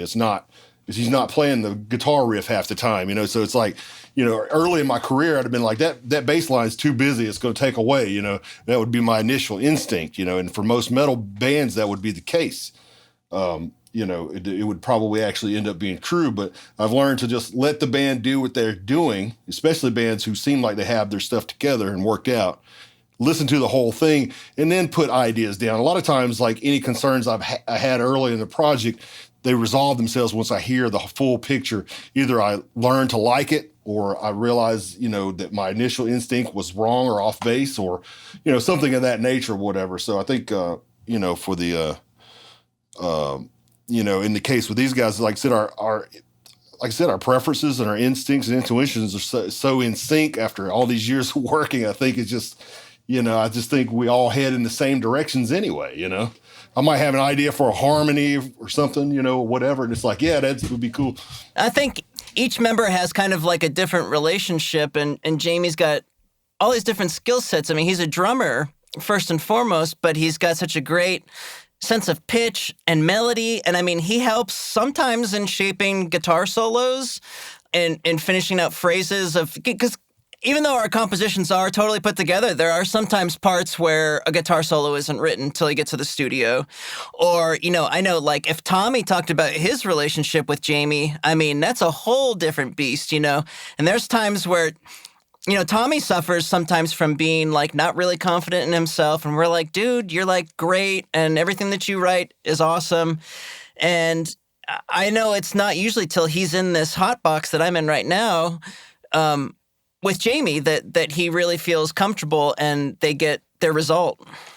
Yeah, that is interesting you bringing it up because I really do. The dynamic, and this is true for anybody at work, I kind of fill out the individual and how we work together is different for different people. Like with you and Paul, you're really methodical. You come in prepared. Everything's pretty much note for note worked out or whatever. It's just a matter of getting a good take. With Dusty, he does a lot of kind of more improv, loose theme-based type stuff. And it's like my job with him is to let him jam on the thing and try to help him find the good moments, in a lot of his lead work or whatever. So there's a pretty different dynamic in terms of like when we're working together to track and come up with ideas and note ideas would be less valuable with Dan or Paul because they have the notes already chosen. It's made in more, my opinion, on like maybe a tone or whether it's good or not. But with Dusty, I'd be like, hey, I like that theme that went da da da da or whatever, and do that more and stuff like that. So we vibe off each other, and he sees something that I'm digging on, and then it makes him dig it more, and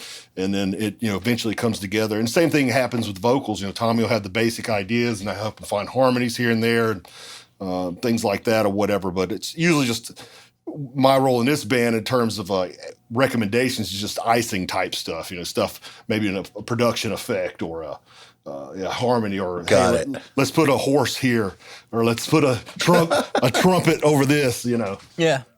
So it sounds though that like also who you're working with, like you said, down to the individual band members, like what they need. What one guy needs to be at his best is different than what somebody else needs. Totally. Absolutely. And you're aware of those things. And if I remember, Tommy didn't even do a demo of Voice of Trespass on the new record until he came to the studio because he just wanted to feel it out in here with you. And that's like, he's doing a real wild, like Cab Calloway kind of thing. And I think he was just like, I'm just going to feel it out in there with Jamie.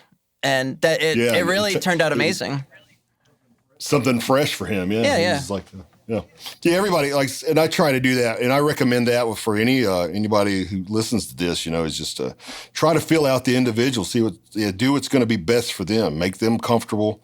And, I've noticed there's some performers, I don't think any of the guys in this band are this way, but some people like to have kind of an audience in the studio. Yep. Vocalists and stuff, they feed off that energy, or drummer wants to show off. You bring a hot chick in the studio and their whole energy change. I'm serious. It's ridiculous, but it really, like for me, it would totally distract me. And I think for the BTAM guys, it probably would also. But there's some people who like you put a female in the room and then the vocalist, his delivery is awesome all of a sudden, when he was boring before, so it's, different people. I mean, you just got to kind of fill them out and see what makes each individual ticks. I think, having an intuition or knowledge about psychology is definitely beneficial. Totally agree. So, hey, we've been talking for a good little while now, so I don't want to take up all of your day and night and next month. But we have a few questions here from some of our listeners that I'd like to get into. Yeah. And so I figure we'll just do that. And then I will let you guys go. So here's one from Charlie Monroe, and he's got a question for each of you. So we'll start with the question for Dan. He says, "This will be awesome. Dan is probably my favorite bassist. So, hi, Dan. You have a very unique playing style, and your note choice is extremely creative. You very rarely play the same thing as the guitarist, and in BTAM, I find that I'm drawn to the bass almost like a lead instrument. Do you have any tips on how you approach writing this kind of material? Do you work with the guitarist to create riffs and bass lines that complement each other, or do you write some of the bass parts first?" Yeah, I guess like I said earlier, I generally save writing my bass stuff to the end because I'm working, compositionally, I'm writing keyboard on guitar and this and that. And I like for the bass, I would say over time, my approach has changed a little bit. Now our compositions are more like they feel like we stay within the song a lot more. So there could be some crazy stuff that happens, but it could just it could just be a crazy song, or, like we've got a whole song on the record, The Voice of Trespass, like I talked about, that's, it's this big bombastic big band thing, and we kind of carry that vibe out throughout the song. Whereas before, that could maybe be like a 20-second section of the song that was maybe on colors. We maybe operated like that before. So as a bass player, that allows me to really like find the pocket with Blake, sit in it after I've already, worked on this composition with the guys for, months or whatever, and approach it like that. I mean, and of course, whatever you're putting in your head, I mean, you talk about the bass being its own layer. I got that idea from Tony Levin and King Crimson, which is one of my all-time favorite bands, but also just a band that I heard when I was in college, and it was a very instrumental time, and there's so much going on, and all these polyrhythms and counter-rhythms, and then, oh yeah, by the way, there's a bass line holding it all together, and that was just huge for me. And as a bassist, as any sort of musician, I think as a bassist, as a drummer, guitarist, if you're in a progressive band, you have to be pretty comfortable with a lot of different styles, because I've heard Blake say it. I mean, there's times we throw these shuffles at him, or bluegrass thing, whatever, and salsa, Latin thing, and he kind of like is hip to all these different styles, not just playing just metal or just a rock thing. Thank you. All right, and this question is for Jamie. And hey, Jamie, how do you approach mixing or producing a bassist like Dan, where they're usually playing very different things to the guitars, plus the fact that he doesn't use a pick? Well, in Dan's case, I learned early on, you just you take his rig and turn it up. No, luckily Dan, like I said, he came in. He uses an old Sunhead, or I guess he's using the Fender version now, but. It's a great classic all-tube head. It's got a lot of fat mids. Dan doesn't do the whole silly mid-cut thing. And, the fact he plays fingerstyle, this bass amp has a, natural built-in compression due to the tubes and all that, and has a little bit of drive to it. And Dan often uses overdrives and stuff in front of the amp as well or whatever, but it gives it a nice, even dynamic sound or whatever. And he also plays dynamically. If it's supposed to be loud, he plays loud. It's supposed to be quiet, he plays quiet. So it makes it really easy for me. So just a little bit of compression on my end and just turn it up. I mean, that's literally all you have to do with Dan's parts. His bass needs to be pronounced in the mix. And for BTAM, I think, and just because it is doing interesting things, and it is important to the overall orchestration of the stuff. It's not just to fill out the low end in most of it. So I mean, it's basically as simple as that. Is just turn it up where it needs to be turned up, and that's basically it. Got it. So, Jamie, this question is from James Bufalin, and he says, Jamie, first, I doubt you'll remember me. I'm one of the group of New York Swift fans, and we chilled in Jersey and did donuts in your van behind the venue while listening to Meshuggah. Yes. Absolutely remember that. How long do you spend on getting guitar tones? And if there's anything you usually do the same, because the guitar tones on everything I've heard you engineer and mix sound phenomenal. Oh, yeah. I pretty much do a lot of things the same these days, but it depends on what the client wants and what they're going for. A lot of times, one thing I do the same is I try to use the guitar rig that the client chooses, whether they bring in one or something else, even if it's something I'm not familiar with. I try to learn it. There's a lot of producer engineer guys who it's like they're using the same preset on all the records, and that bothers me. The bands I used to listen to when I grew up were like, Pantera, Slayer, and Metallica, and Megadeth, and all these thrash. They all had their similar qualities to their tones, but they were all different and identifiable. So I try to let the bands have that as well. The modern bands be different and identifiable. So that's one consistency. But, almost always, for a metal guitar sound, I'm thinking that's probably what he's talking about. Always put, some sort of a tube screamer type device in front of the amp. That's kind of a standard type of thing. Pickup selection appropriate for the style is important, as everybody knows. I'm still a big fan of a vintage 30, a nice worn-in Brit vintage 30. Still seems to win almost always with me, which is another standard. But yeah, like as far as guitar amps and stuff, I mean, obviously I've still got Dusty's old 5150 that had Voodoo amps in New York modify, and it's still one of the best sounding amps I've got for metal.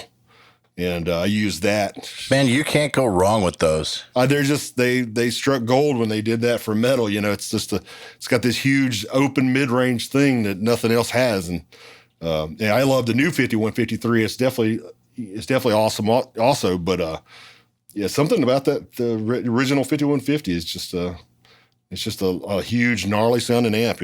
I'm still a big Marshall fan. Nobody likes Marshalls anymore, but. I still like Marshalls personally, so I try to use a Marshall when I can. But yeah, I mean, I'm really open-minded. Just like I said, just like with productions, and I like a lot of different guitar tones. I like the 70s tones. I like the, Tommy's solo record or whatever we'd just hook up a distortion pedal straight to the friggin' computer or whatever and get that 9-inch nails just chainsaw guitar tone. And I love it. It's just like. It's not something you would use on a whole album or anything, these days, but it's just, it's fun, it's like, it's just a different color. That's kind of how I approach guitar tones. Well, I think a big thing too is like, we take all this time on the arrangements. Like, you have to take the time in the studio as well. You can't just fly through the process of finding your sounds and be like, okay, we're good, let's go. We give ourselves a whole day, where we're in here just for tones, just hearing different stuff. And we have so many different sounds as the record goes on. We don't lock in with just one thing, but we really we listen to so many different combinations. Yeah, you guys have probably, probably 20, 30 guitar sounds on one album. Yeah. Just different pickups, different amps. You have to take the time, though. I would think as a producer, too, you can't just, shrug it off and just blast through it and be like, okay, cool, there's your amp, let's go. Yeah. Yeah, there's no one fits all with this style of music for sure. Well, I think that's part of it too, is if you have put the time in for long enough, like if you put the time in enough times and work with good people too. So like, in a situation where good tones are even a possibility, because like, for instance, if you work with shitty guitar players for 10 years, you're not, you might have 10 years worth of experience on guitar, but recording, but you're not going to get good tones because it's not possible. So there needs to be I feel like, there need to be some conditions that line up consistently in order for it to be possible. Like, so you need to be working with the right people. Obviously, you need to have the right gear and all that stuff. But then beyond that, like, you just need to put in the time enough times to where your ears and your brain start to understand what it is you're listening to and for, Oh, yeah, exactly. You can't shortcut that. No. And I think, for the producers out there, the up and comings, like, try to be open-minded with the clients. A lot of times I've learned so much from the clients, from BTAM and the guys that come in, they've learned something or they know something about some gear that I've never even heard of. And, I've learned, like I said, we called, John Petruzzi on the phone or whatever, and he told us stuff and I'm like, awesome, we're going to do that. He knows because he gets great tones. So being open-minded and, hearing other people out and just trying different things, it could take extra time to do it, but it's always worth it. In time or whatever, you'll be able to get quicker tones and specific tones faster, as people request them. Hey, I want it to sound like this. And like, I can listen to a record now and almost, nail what amp and pickup combination they used. But it's taken decades to do that. Yeah, but being at that point where you can just understand what you're hearing, that probably is a huge part of why you're comfortable being open-minded on records you're working with and being like, look, there's like, yeah, I like vintage 30s, but, I'm open to whatever fits the client. Because the thing is, you do know what you're listening for, and you have had those years of working it all out. So it's not like you got good at doing 5150 tones, and then if someone brings in something else that you never used before, you're fucked. Like, it's not like that. You understand what you're hearing as far as guitars go. Exactly, yeah. Like, it bums me out sometimes to tell people that you just got to put in the time, because sometimes I feel like it sounds like a cop-out answer, like, just use your ears, bro. But, like, it's true. Yeah, and I don't feel like I've mastered it. I've been doing this for 20 years, and I still don't feel like I'm getting the tones I want. It's like, And the tone I used to think was awesome in 2000 it sounds terrible to me now, you know? So that happens as well. You know, you'll master a certain sound, like, you know, the new metal sound back in the day. I was a master of that, you know, and that's useless now. so it's like, you know, so that kind of thing happens. So yeah, it's just, you know, you got to put in the time or whatever. I think part of getting good at something is never feeling like you're good at something. Yeah, it just pushes you. Yeah, the moment you like get complacent, you stop getting better. Yep. Same reason that I remember when I found out that Jeff Loomis at like 40 years old was still taking guitar lessons. It was like, okay. You wouldn't think that he needs lessons, but it makes sense. That's why he's so good, is because he thinks he needs lessons. If you're involved in the arts, like, it shouldn't stop ever. You know, it's the personal journey towards never being satisfied, you know, never finding your thing and being like, okay, cool, this is what I'm just going to ride with for the rest of my life. You know, I've peaked out at this point. You know, you can't do that. It's a constant journey. Yeah, that's death. Yeah. You reach a point, like I said, I mean, I found that, you know, the more I've learned about the normal stuff and the standards, you know, now I find myself wanting to innovate and maybe try to come up with something else, you know, like a new guitar sound or new bass sound, new drum sound that nobody's ever done, a new way of doing stuff. You know, I find myself wanting to do that, and it could be successful, it could be a disaster, but, you know, it's like, I think that's to further the whole craft for yourself and for everybody else. I mean, that's what you got to do. You got to get to that point. Absolutely. Okay, so this question is for Dan. Dan, this is from Kiko Picasso, and he's saying, Dan, how did Orbs come about? It seems like such a random lineup. Yeah, so that's a band that I started in like 2009 or 2010, and it was just with just a couple friends. You know, I've had so many groups on the side of Between the Buried and Me.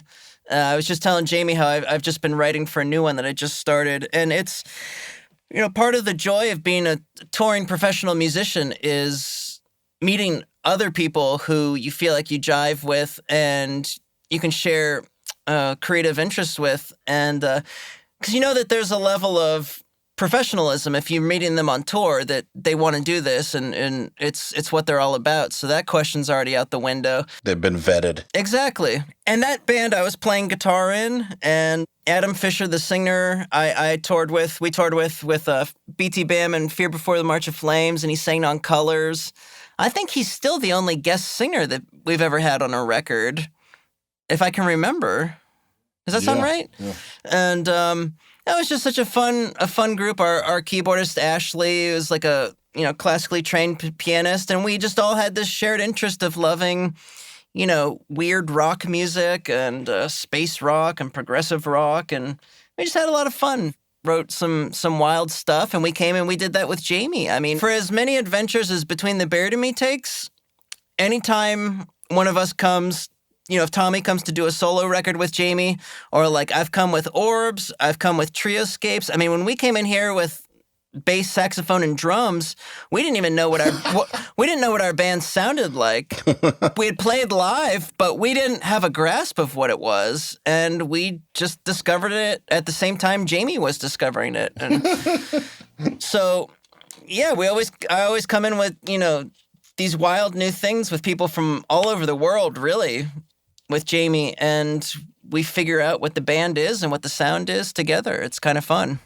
All right, here's a question from Sean Michael George. And speaking of sound and finding your sound, Sean Michael George asks, and this is for both Dan and Jamie, how do you keep your sound consistent album to album without sounding stale?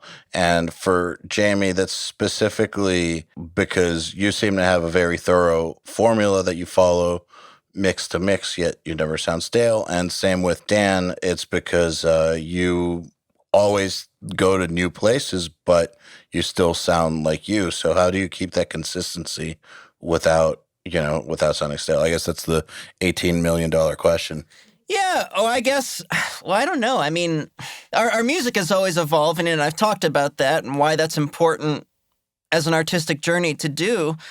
But, you know, I'm using generally the same bass that I've had since I was 16 and playing through the same setup that I've had my whole adult life in some form or another.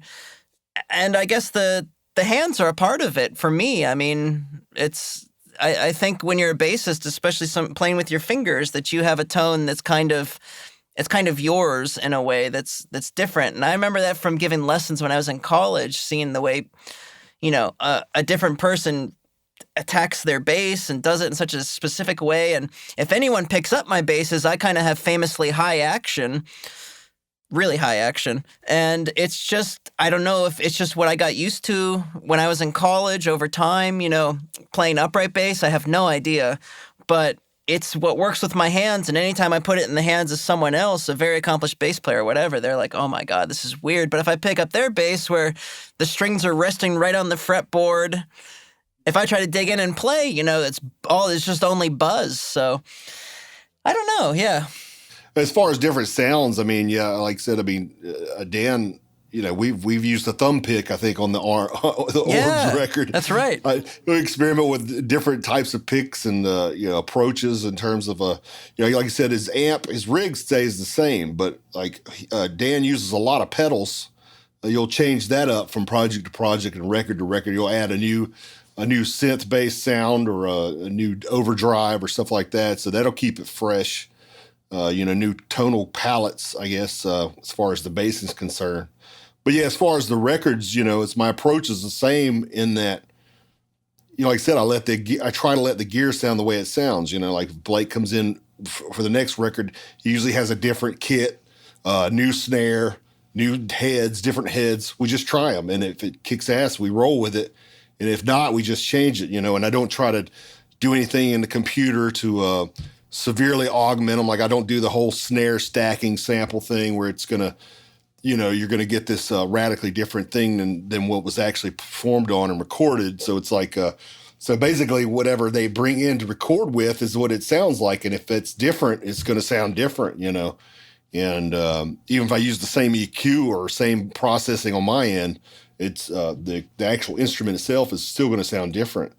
And I think that's the main thing. Like the records with the BTAM records in specific, we used almost a different guitar rig almost every record, different guitars, different pickups from part to part.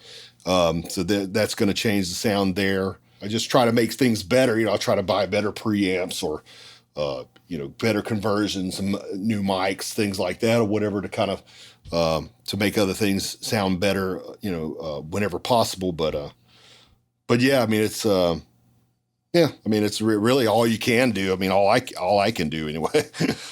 I don't know. I think that people overthink this because having your own sound is almost as simple as having your own personality, which you already have. Like you already have your own personality. You already are unique. I mean, some people are, I guess, are more different than others, I guess, but you are already unique. You already have your own personality. That's you, 100% you. Yeah. And so this sounding like you thing is anyone who has put in the time on their instrument or as a mixer or whatnot is going to have their own sound, like their own feel, their own tendencies. All that stuff is locked in as a human who put in the time. It's the way that I think people sound fresh yet consistent is just by continually trying to learn new things. Because the one thing that doesn't change, the one thing that's constant in the equation all the time is your brain. That's the part that's always there. Your hands, your brain, your ears, like that. No matter what, that filter is always there. So you can learn new things. That's not who you are, is not going to change. So the thing that will kill your sound, though, I think, is by not continually learning new things that challenge you and keep you evolving. So really, I think the only real secret to it, in my experience, in my opinion, is learning new things and keep on working at it. And then you will accomplish both. You will be both consistently you and fresh.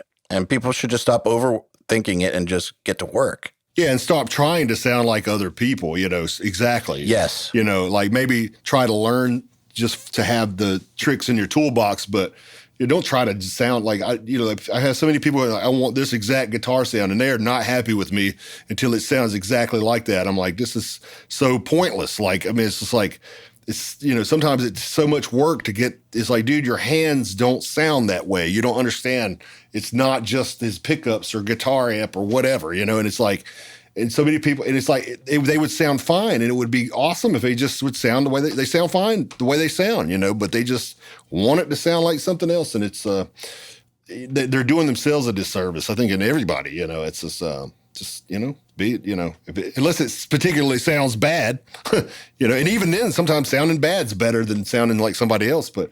I agree. I just think eventually it's going to be to your benefit to have a unique sound, Absolutely. Well, speaking of doing a great service, I think you guys have done a great service to our listeners by coming on and hanging out. And I just want to thank you, Dan Briggs, and thank you, Jamie King, for coming on the podcast. I appreciate you taking the time to talk to us, and have a great night. I'd love to talk to you again, and thank you. Congrats, of course, on the nomination. Appreciate it. Keep killing it, please. Yeah, thanks for having us. The Unstoppable Recording Machine Podcast is brought to you by Empire Ears. In collaboration with Grammy-winning producers, engineers, and their family of touring musicians, Empire Ears has developed a line of in-ear monitors that deliver what you need for every mix. When it comes to unrivaled stage clarity or needing a flat and honest reference for your latest studio mix, Empire Ears has got you covered no matter where you find yourself. If you like the Unstoppable Recording Machine Podcast, make sure you leave us a review, subscribe, and send us a message if you want to get in touch.